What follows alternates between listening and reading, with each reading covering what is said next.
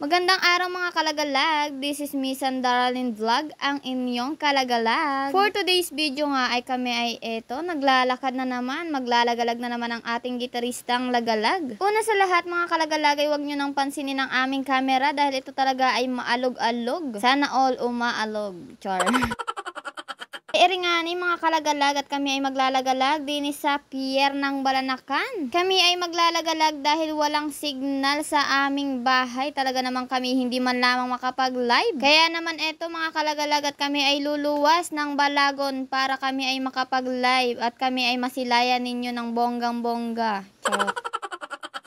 Alam ninyo mga kalagalag, talagang namula-mula ang aming dashboard ni gitaristang lagalag. Dahil ito talaga ay napabayaan namin dahil nga sa signal na yan. Pawala-wala talaga ang signal dito sa amin. At nung time na si gitaristang lagalag ay palaging naglalagalag at palagi silang nagla-live nung sila ay nagtutugtog pa. Ito talaga ay nakatulong sa aming page. At doon namin napansin na talagang tumaas at nag-green-green na ang kanyang dashboard. Kaya naman ngayon mga kalagalag ay hindi na talaga namin hahayaan pa na magpula-pula ang aming dashboard. Kaya naman talaga eto mga kalagalag at sisikapin na talaga namin na kami ay makapag-live araw-araw. Kaya kayo mga kalagalag, kung isa rin kayo sa mga namumula ang inyong mga dashboard, ay baka ito din ang sagot sa inyo. Mag-live kayo araw-araw at umakyat kayo sa mga nagla-live. Malaking tulong ito sa ating page. At nga ni mga kalagalag, nandinin na po kami sa tulay. Sa tulay kung saan daw nahulog ang ating gitaristang lagalag nang sila ay magtutugtog ay nahulog daw po din si gitaristang lagalag.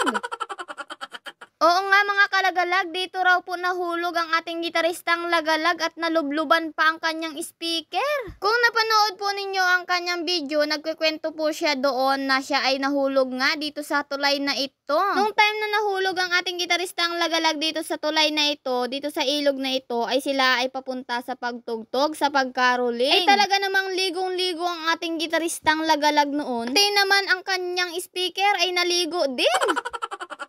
Ay inaba na sanwari silang dalawa kasama ang speaker niya. Pero ang totoo mga kalagalag ay naligo na talaga muna ang ating gitaristang lagalag bago umalis ng bahay. Ay inaba na sanyata sa daan.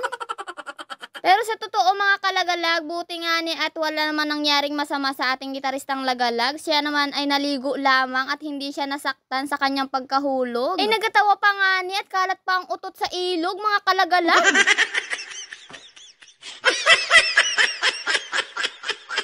At eri pa nga ni mga kalagalag, kwento ng ating gitaristang lagalag, pagdating daw nila sa Binavista kung saan sila magtutugtog sana, ay ang kanilang radyo ay hindi daw gumana dahil naman naligo baga naman sa ilog, ay ikaw daw? Ay nilamig, ay ikaw nga ni pag inalamig ay hindi ka rin makagalaw, hindi ka rin makapagsalita, ay purbahi. Ay nanginginig daw man din maigi ang radyo, parang inakilig sa jowa niya. Ay iri nga ni, fast forward na, nandini na kami sa bayanan, anong daming kabulastugan ni gitaristang lagalag.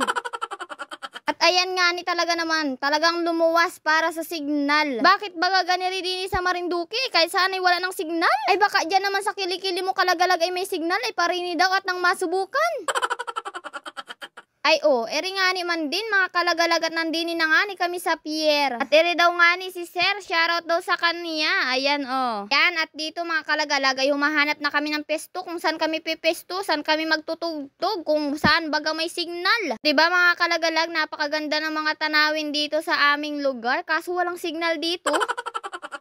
Eri mga kalagalag, ito ang pier ng Balanacan. Ito mga kalagalag ay medyo malayo-layo lamang naman sa aming bahay. Sana mga kalagalag ay mapanood ninyo ng bonggang-bongga ang aming mga pagla-live. Ganon na rin naman sa aming mga video dahil ito ang aming sacrifice para lamang kami ay makapag-post at kami ay makapag-live at nang masilayan namin kayo ng bonggang-bongga at mahandugan namin kayo ng masiyang kantahan at tugtugan mga kalagalag. Kaya naman sana mga kalagalag ay inyong ma-appreciate ang aming pagsasacrifice sa aming mga ginagawa at inyong panoorin ng bonggang-bongga. Dahil sa simpleng panonood ninyo mga kalagalag, ito ay malaking tulong na para sa amin ni gitaristang lagalag. Lalo na kung magko-comment at mag-share ka pa sa aming mga video. At ayun lamang naman mga kalagalag, salamat sa inyong mga panonood. Naway i-subscribe ninyo ang YouTube channel ng ating gitaristang lagalag.